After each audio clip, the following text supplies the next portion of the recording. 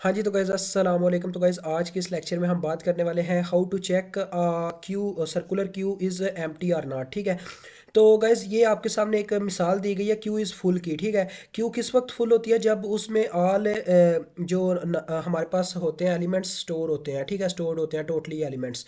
तो दूसरी कंडीशन ये है कि मतलब कि जो एम्प्टी की कंडीशन ये है गाइस है, एम्प्टी उस वक्त होती है जब फ्रंट भी -1 के इक्वल होता है और रेयर भी -1 के इक्वल होता है। क्योंकि जब कोई एलिमेंट यानी कि एक एलिमेंट अगर स्टोर है ना, यानी कि 55 है, तो अगर कह लेंगे ये सारे एलिमेंट है ही नहीं, मतलब कि ये एम्प्टी है, आगे से बस एक एलिमेंट स्टोर है। क्या ले मैंने सिर्फ एक बिस्किट की मिसाल में वापस चलते हैं, क्योंकि क्यों में हमने बिस्किट की मिसाल से समझा था, यहाँ पे भी उसी मिसाल से समझेंगे गाइज। क्या लेके सिर्फ एक सुपर का बिस्किट पड़ा हुआ है, तो जो फ्रंट और रेयर होते हैं ये भी इंडेक्स की तरह जीरो पे अपना काम स्टार्ट करते हैं। मतलब कि जीरो से काम स्टार्ट होगा, अगर फर्स्ट बिस्किट स्टोर किया तो जीरो पे उसकी पोजीशन होगी।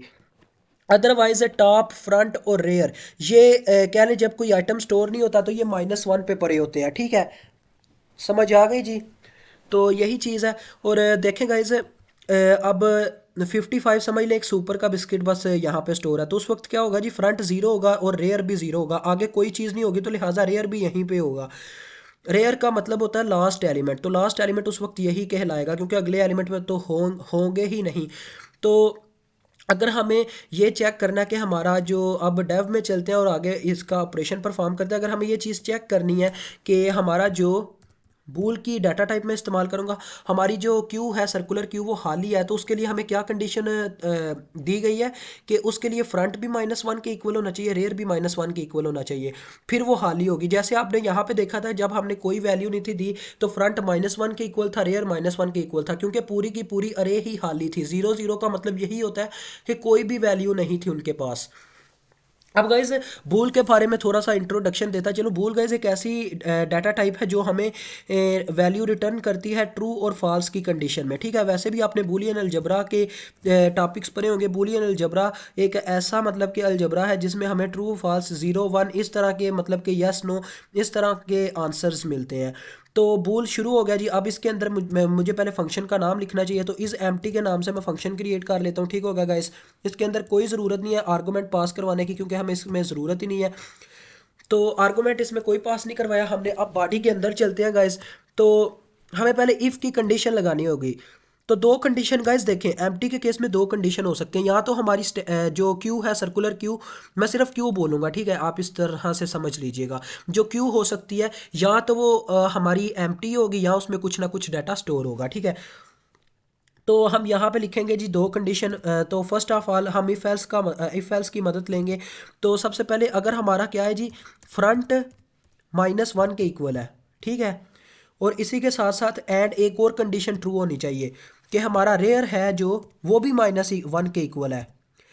तो क्या है जी, हमारी जो क्यू है वो एम्प्टी है, लिहाजा तुम मैसेज डिस्प्ले करवा दो। अगर ये कंडीशन गाइस ट्रू हो गई तो मैसेज डिस्प्ले हो जाएगा cout circular queue is empty. आपने इस तरह से लिख देना, लेकिन मैं यहाँ पे सिर्फ इतना ही लिखूंगा, एम्प्टी। ठीक है, क्योंकि गाइस ज़्यादा टाइम नहीं ज़ाया करना, जल्दी से ख़त्म करना है इसको। तो एम्प्टी, ठीक है। एल्स अगर ऐसा नहीं होता, यानी कि फ्रंट -1 के इक्वल नहीं आता, रेयर भी -1 के इक्वल नहीं आता, गाइस इतना तो आप जानते हैं, फ्रंट हमेशा यहीं पे ठहर जाता है। यानी कि अगर ये हमारे चार एलिमेंट स्टोर है ना, तो फ्रंट 0 पे होगा, रेयर 4 पे होगा। हमेशा रेयर ही आगे मूव करता है, फ्रंट 0 पे स्टॉप कर जाता है। मतलब वो फ्रंट कहलाता ही इसी वजह से, क्योंकि पहले एलिमेंट को फ्रंट कहा जाता है और लास्ट एलिमेंट को रेयर। तो क्या होगा जी देखें, अदरवाइज क्या कंडीशन लगेगी? अब एल्स की कंडीशन लगेगी। अब कुछ भी हो सकता है कि मतलब एक एलिमेंट स्टोर हो सकता है, एक सुपर का बिस्किट हो सकता है, या दो बिस्किट हो सकते हैं, या तीन हो सकते हैं, या चार हो सकते हैं, या मैक्सिमम हमारे पास पांच बिस्किट हो सकते हैं, क्योंकि हमारी जो अरे है उसमें टोटल पांच एलिमेंट स्टोर है। तो फिर तुम क्या करवा दो जी, गाइस सॉरी मैं यहाँ पे एक मिस्टेक कर रहा हूँ, माजरत माजरत माजरत, शुक्र है याद आ गया। वैसे ये मैसेज डिस्प्ले करवाने से फ़र्क तो नहीं पड़ेगा, लेकिन एक चीज़ मैं भूल गया था कि भूल है तो हमें रिटर्न करनी होगी वैल्यू। वैल्यू भूल रिटर्न ही नहीं करेगा तो ये तो क्या लेके गलत होगा हमारा ये कोड, क्योंकि भूल मैंने आपको शुरू में ही बताया कि रिटर्न करता है वैल्यू ट्रू और फॉल्स की कंडीशन में। तो अगर ये कंडीशन ट्रू हो जाती है तो हमें क्या रिटर्न कर दो, ट्रू कर दो कि हमारी जो स्टैक ये क्यू है ये एम्प्टी है। ठीक है, अदरवाइज एल्स में क्या रिटर्न कर दो, फॉल्स कर दो कि आपकी जो क्यू है सर्कुलर क्यू वो एम्प्टी नहीं है। तो यही दो कंडीशन है, वैसे ही हमें इतना कोड लिखना पड़ना था, हमारा काम ही इतना सा था, बस बस। तो ये गाइस एल्स की बॉडी क्लोज हो गई और ये बूल की बॉडी क्लोज हो गई, यानी हमारे फंक्शन की।